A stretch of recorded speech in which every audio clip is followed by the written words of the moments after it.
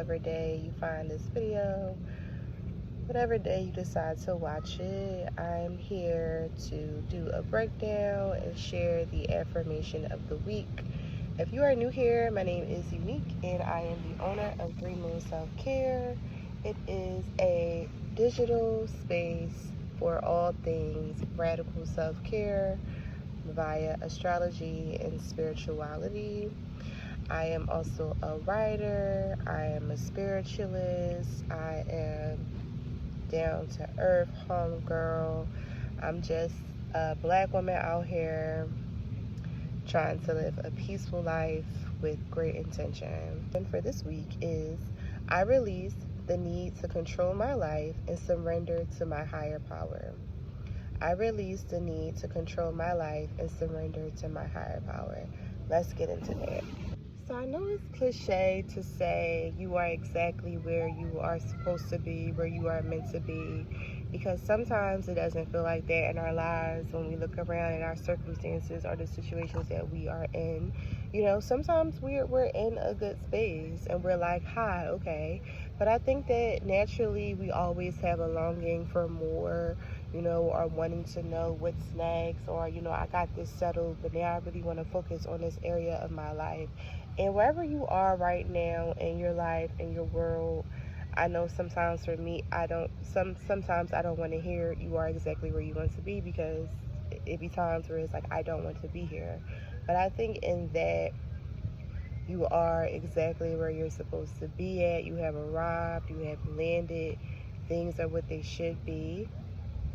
This affirmation is a reminder that there is a higher force that is working for you and that has laid the roadmap for you already.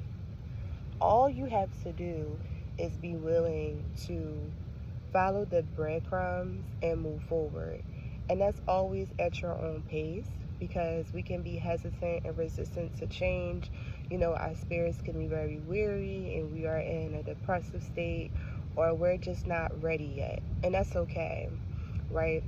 But eventually, you know, our faith is restored, our inspiration is sparked, and courage comes to us. And then we are like, okay, I'm ready to go to the next level. I'm ready to move down the road, move down to the next step.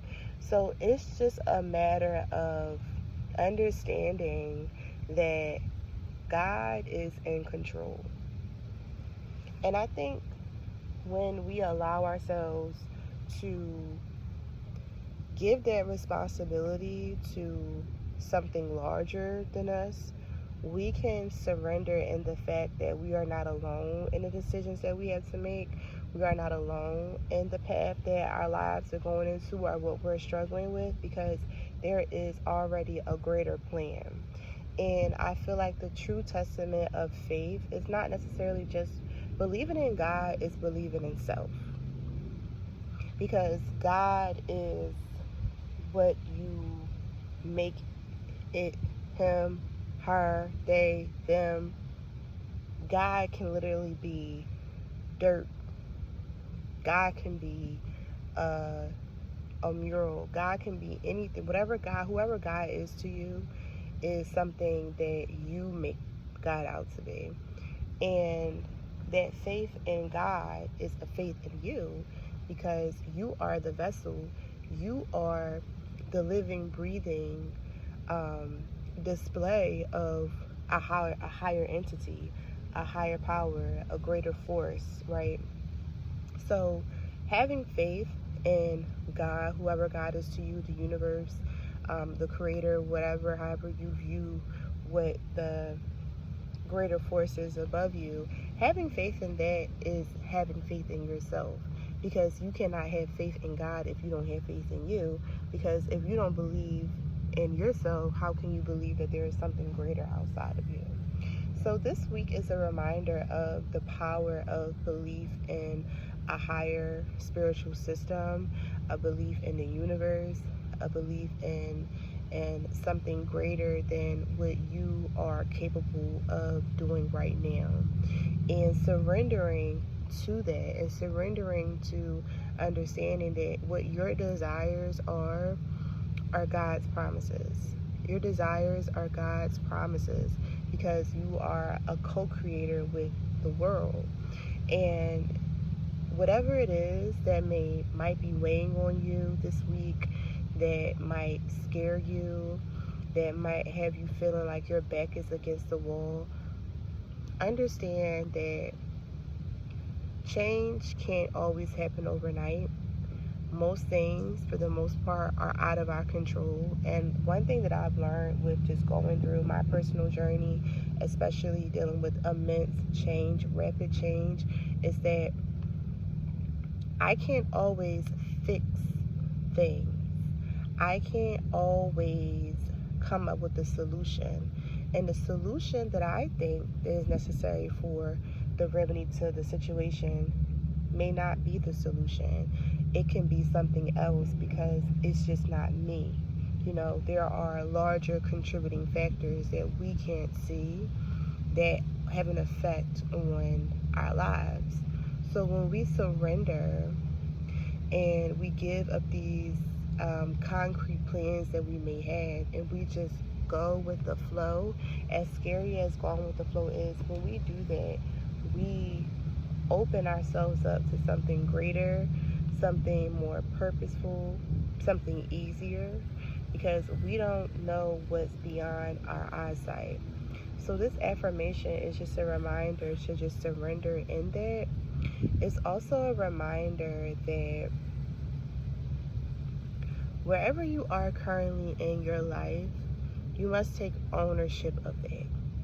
And by taking ownership of where you are at in your life, it's just taking pride in it.